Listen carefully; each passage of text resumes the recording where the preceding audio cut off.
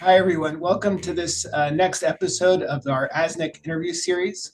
This has been a really highly successful and engaging series where we talk with luminaries in the field of nuclear cardiology and have had great guests with great information that hopefully provide high yield information to our members and nuclear cardiologists around the world. Today, we're thrilled to present our episode related to incorporating hybrid imaging in day-to-day practice in the lab. We're thrilled to have our guest, Dr. Andrew Einstein, who we will introduce in just a second. My name is Dr. Matthew Herenstein. I'm the chair of the Education Committee and a member of the board of directors of the American Society of Nuclear Cardiology, and also associate professor of medicine in the Division of Cardiology at the University of Pittsburgh Medical Center. I'm joined today by Dr. Yoshito Kadoya, who I will pass over to introduce himself. Great. Thank you, Matthew. My name is Yoshito Kadoya. I'm a participant of ASNIC's Leadership Development Program. I completed general cardiology and interventional cardiology training in Japan. Then I moved to Canada about 3 years ago. I'm currently working as an advanced cardiac imaging fellow at the University of Ottawa Heart Institute. Thank you so much for inviting me to participate in this interview. Thanks, Yoshito. So as I mentioned, we're thrilled today to be joined by Dr. Andrew Einstein. Andrew is a professor of medicine in the Division of Cardiology at Columbia University Irving Medical Center in New York. Andrew is the director of nuclear cardiology, cardiac CT, and cardiac MRI, as well as the director of the Advanced Cardiac Imaging Fellowship. He's also been a valued and longtime member of the American Society of Nuclear Cardiology, currently serves as a member of our executive council and as the treasurer of ASNC. So we're thrilled to have Andrew. So Andrew, welcome today. Thanks, Matt. It's really a pleasure to be here. Great. Well, let's get started. I think this is a great topic. This is a topic that is of interest to many members, and certainly your expertise will be valued. So we'll love to hear what your thoughts are. So just to kick us off, I was wondering if you could just give us sort of an overview on hybrid imaging and explain, what does hybrid imaging refer to from your perspective and what type of technologies are involved? Thanks for the opportunity to talk about hybrid imaging.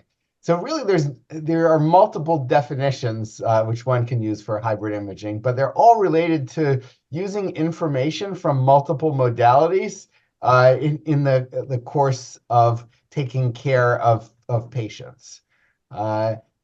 In the most stringent definition of hybrid imaging involves a single scanner, which can, in a single imaging session, obtain information using multiple modalities. For example, positron emission tomography PET and computed tomography CT, and combine ultimately that information that's all acquired together to better answer clinical questions than either modality individually. In a more liberal definition, that information doesn't need to be acquired all in the same scanner. Rather, that information can be obtained from two different scanners. For example, one can have a SPECT scanner and a CT scanner and use information that's obtained from the CT scanner to correct images using attenuation correction and improve the quality of SPECT images. Or to fuse, for example, CT images for anatomic localization with pyrophosphate or HMDP images which are acquired to assess whether there is amyloidosis potentially affecting the heart. One can do better localization with that. That doesn't necessarily need to be done with a dedicated scanner. So some ASNC members may not have a dedicated hybrid scanner, but it doesn't mean that they can't do hybrid imaging using this more or less restrictive definition of hybrid imaging. And I think that operationally, the two work quite similarly to each other. And then in the most liberal definition of hybrid imaging, one can use images from multiple modalities and integrate them in one's mind, as it were, and use that complementary information acquired in two different contexts, even if not in one image, which incorporates data from the two different modalities, but in a decision-making process, which uses that. So the basic concept in all of these definitions, however, is that we obtain information in some capacity using different physical techniques, different physical principles, and combine that information to help better take care of a patient.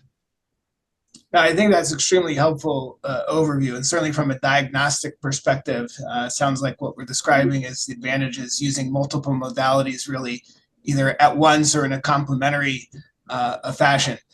Is there any particular way you go about strategizing or deciding sort of which modalities to use or applying the diagnostic value towards any prognostic value to help your patient's prognosis? Yeah, so I think hybrid imaging is very useful both diagnostically and prognostically. On the diagnostic side, for example, it's very common in bread and butter SPECT myocardial perfusion imaging to have decreased counts in the inferior wall of the heart from diaphragmatic attenuation artifact, for example. And if we have the luxury of having a SPECT CT scanner, or even another CT scanner, which can be used for CT attenuation correction, we can correct, if that's really just attributable to the diaphragm, CT attenuation correction software is able to correct that and save the patient the necessity of, in some cases, having, if the study is done as a stress first study, can save the necessity of having subsequent rest imaging done. And in some cases, it can decrease the false positive rate and decrease the rate of utilization of invasive angiography. So by virtue of using that second modality, CT, and it doesn't even need to be a sophisticated CT scanner for that. Most commercial scanners now have 16 detector rows, which we wouldn't use for coronary CT angiography, but by having a basic CT scanner in a hybrid SPECT CT, we're able to provide this valuable information. That's great. And one of the questions I would ask that I think a lot of our members and cardiologists would be interested in is how do you interact with other imagers, whether that be radiologists, cardiologists? Is this something that you think is really a focus within the cardiology space? You work sort of complementary with other physicians. Do you have any sort of thoughts on how you see this working, whether your institution or others? Yeah, so I think there are different models which are used in different institutions. About a year ago, ASNC published jointly with other professional societies, and ASNC led hybrid imaging document focusing on the use of computed tomography together with nuclear imaging. And that there were 4 models identified there. One would be that the cardiologist reads everything by themselves and doesn't interact with professionals from other backgrounds. One is that a cardiologist reads both the nuclear imaging and the CT imaging, but has a radiology colleague to rely upon for questions that arise in the context of interpretation of a CT scan, for example. A third is that a cardiologist and radiologist or nuclear medicine physician read the study together.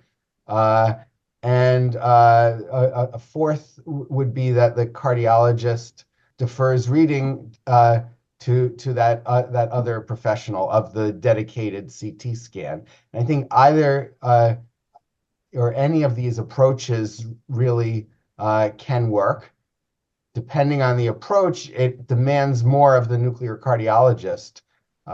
So if, for example, one has no backup in terms of radiologists, one really needs to gain confidence in independent interpretation of a CT scan. So that can be challenging for some people, but as you know, as chair of ASNC's education committee, Matt, ASNC is really committed to providing the educational experiences that members need to be able to gain that confidence and read their own CT scans. That's very helpful. Thank you. Yoshito, I'll pass it over to you. Okay. Yeah, Andrew, that's very helpful. You mentioned the diagnostic and the prognostic value of hybrid imaging. I would like to ask you about a more specific topic, coronary calcium assessment. I think there are some differences between SPECT CT-based coronary calcium assessment and coronary calcium scan with dedicated cardiac CT. Could you please explain the differences? And what's Yeah, your sure. approach to assess the coronary calcium? Mhm. It's an important question. When one does a dedicated coronary artery calcium scoring CT scan, it's generally done with the patient holding their breath with electrocardiographic gating. So one is at one specific phase of the cardiac cycle, and it's done using an X-ray tube current that's at a diagnostic level. All three of those factors may not hold in hybrid imaging, where the CT scan is done primarily for attenuation correction. Because the nuclear images are acquired over an extended period, say 10 minutes or 15 minutes, in many laboratories, patients will be free breathing to reflect the free breathing, that is, during the acquisition of the CT scan, to reflect the fact that that CT scan is being used for attenuation correction for all of the images acquired throughout that longer duration of nuclear imaging. So with the patient free breathing, you're going to have respiratory motion and cardiac motion, and that can lead to blurring of coronary arteries or even missing pieces of coronary arteries between slices in the CT acquisition. That's certainly a difference which can degrade image quality of the CT scan specifically for interpretation of coronary artery calcium.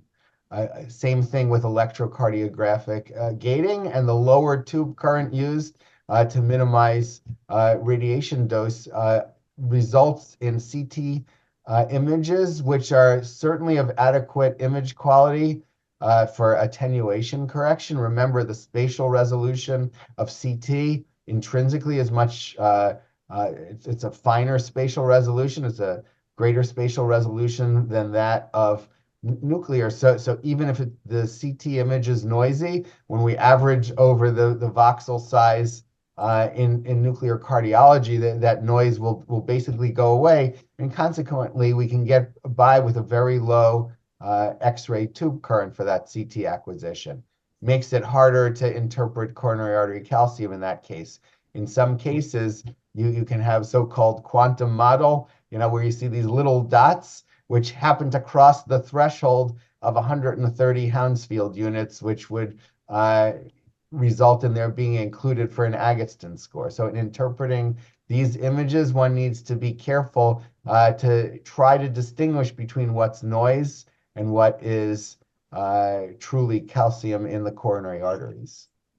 My approach in our laboratory is to, because of these imprecisions, is not to put a precise number on a calcium score, but rather to visually estimate calcium scoring. This process only takes a few seconds to scroll up and down in the attenuation correction image, and we'll generally use a classification system which my colleagues and I, together with our colleagues in Kansas City and Los Angeles, introduced in a paper in JACC in 2010. And that 6-level classification is a visual estimate of a calcium score of 0, a calcium score of 1 to 9, 10 to 99, 100 to 399, 400 to 999, or 1,000 plus. So we'll visually give a patient one of those 6 scores in that work and in subsequent work.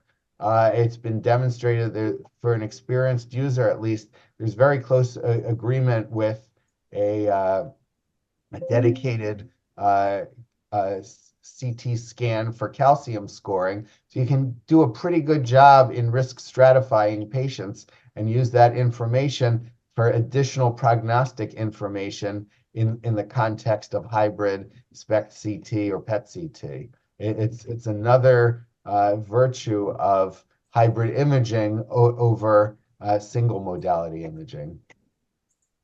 Andrew, that's very helpful. Thanks. Great.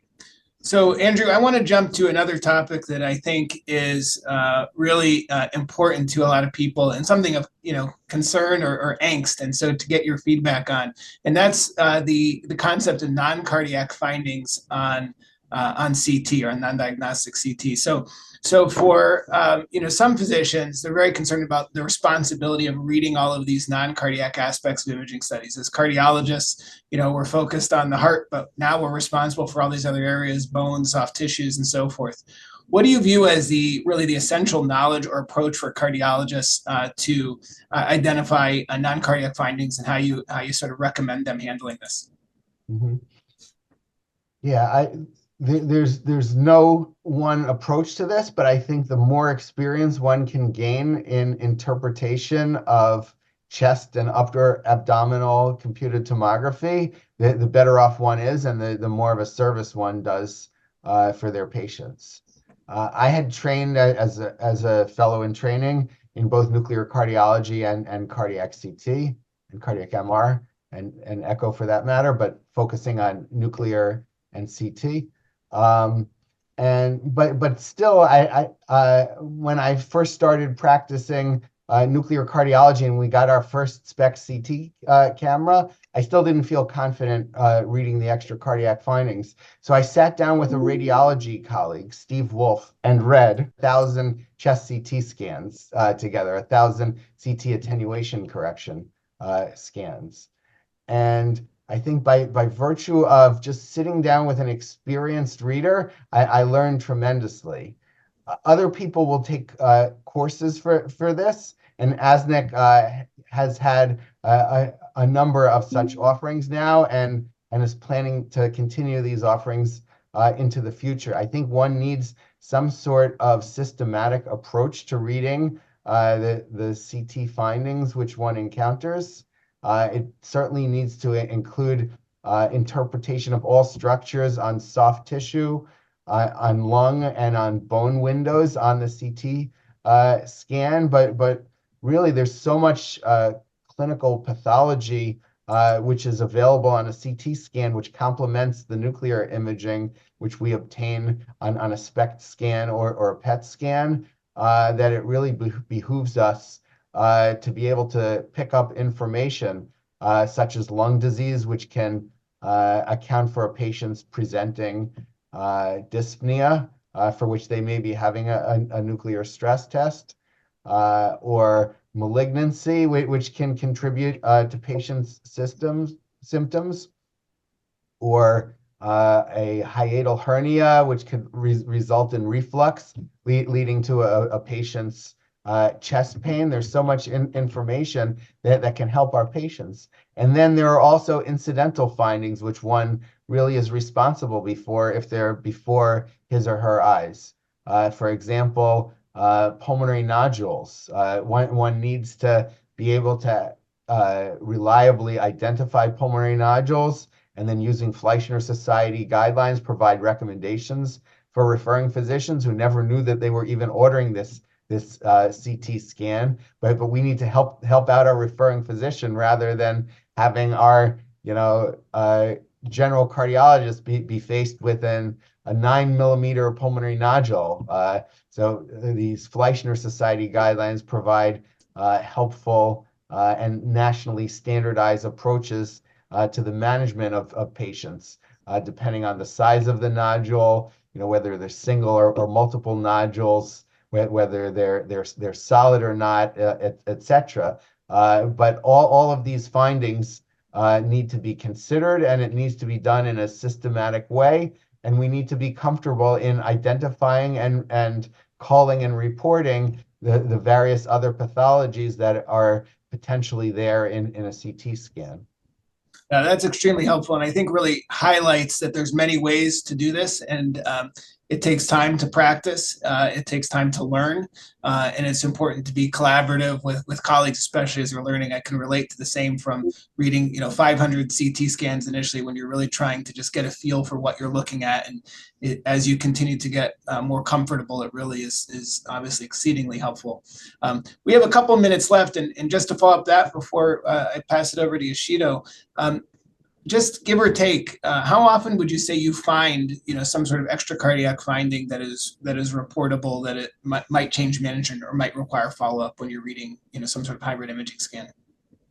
I would say probably 90+% of the time I find something that's worth reporting, even if it's just degenerative spinal changes, which is very common in the elderly patients who constitute a large portion of our myocardial perfusion imaging and amyloid imaging patients. In terms of something that's very actionable and may represent severe pathology, it's smaller and it depends on one's patient population, but maybe 10 to 20% of the time in my patient population. Yesterday I imaged a patient who has, what my radiology colleague who I referred this to, because we have a shared model where I'll read everything independently, but I'll reach out to one of my chest radiology colleagues when I have a question, and they referred to it as innumerable pulmonary nodules. So this patient is going to go for a dedicated chest CT within the next couple of days, and we'll see what it finds. But there's a great concern that this patient who presented with exertional dyspnea doesn't have coronary disease, but rather has metastatic malignancy or sarcoidosis. It still remains to be seen, but this patient will certainly need a more dedicated chest and maybe even full body imaging. We were debating whether to recommend dedicated chest CT first or just a full body PET CT. And those are the kind of questions which one needs to address. And it certainly helps to have experienced colleagues to compare notes with and make that decision. So we're going to start with the chest CT, and the expectation for this patient is that they'll require a full body PET CT in the near future as well. That's very helpful to kind of have a patient example of to relate to. So Yoshito, if you want to just touch base on the sort of the MRI aspects. Sure. Yeah, I have a question about the cardiac PET MRI hybrid imaging, and I have no experience about this new hybrid imaging, but it would be great if you could give us your insights about this new technology. Yeah, I think it's a very exciting modality and very exciting approach. At my institution, we don't have a dedicated PET MR scanner, but we've done some, using a less restrictive, more liberal definition of PET MR. We've done some hybrid PET MR imaging by doing PET CT on a patient and doing cardiac MRI with late gadolinium enhancement on the same patient, and then fusing the images after the fact. This is especially useful in the context of patients with cardiac sarcoidosis. I think each of these modalities, PET and MRI, have their strengths and their weaknesses, and together they're stronger for the evaluation of patients than either one.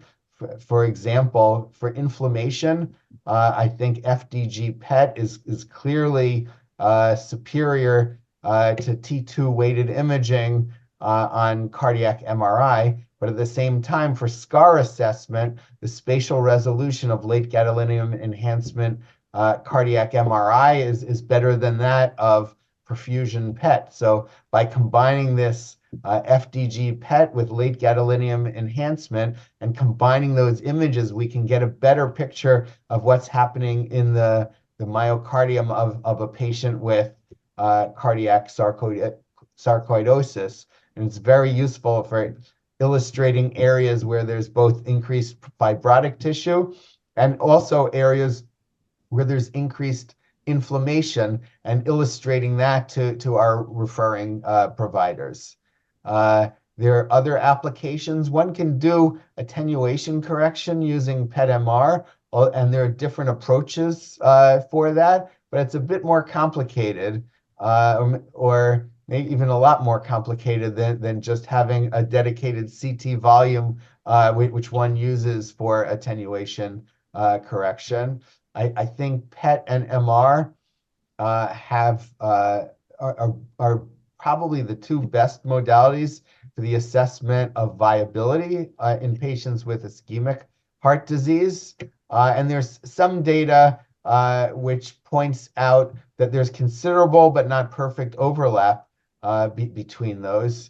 What the prognostic implications of having one versus the other versus both, I think still needs to be found out. But I think if one has a question with one modality, one might consider the other modality. But a big challenge in all of these approaches is that, at least in the United States now, we don't have billing codes for hybrid PET-MR imaging. So by virtue of using the state-of-the-art PET-MR scanner, one can only use the billing codes for PET without CT, and I think that's certainly decreased interest in this modality, because there's simply no way to properly get reimbursed for the MRI study, which is done in the context of PET. I think we do need more data which will demonstrate the role of this hybrid approach, and maybe the clinical applications will follow. But certainly, it's an exciting technology. This has been really a terrific discussion. And Andrew, we are privileged and thrilled that you were able to join with us today, and really to have such a leader in this field talk about this has been fantastic. I think, to hit some highlights for those listening today, key is hybrid imaging is using multiple modalities, that has both a diagnostic and prognostic advantage for our patients. And, thinking about calcium score as well from a risk stratification standpoint, but also importantly to identify that for those cardiologists or individuals who might be concerned about some of the non-cardiac findings, it's a great opportunity to enhance what we do. It's an opportunity to learn, but there are, as you pointed out, multiple different pathways to make this work, collaborating with radiology colleagues, collaborating with other colleagues, and then hopefully eventually over time being comfortable in doing this yourself as well. So, for those who listening to this interview today, if anybody has any questions afterwards, feel free to put comments after watching this video, or feel free to reach out to us or anybody at ASNC for further information. So with that, Dr. Kadoya, thank you for being my partner here in this interview.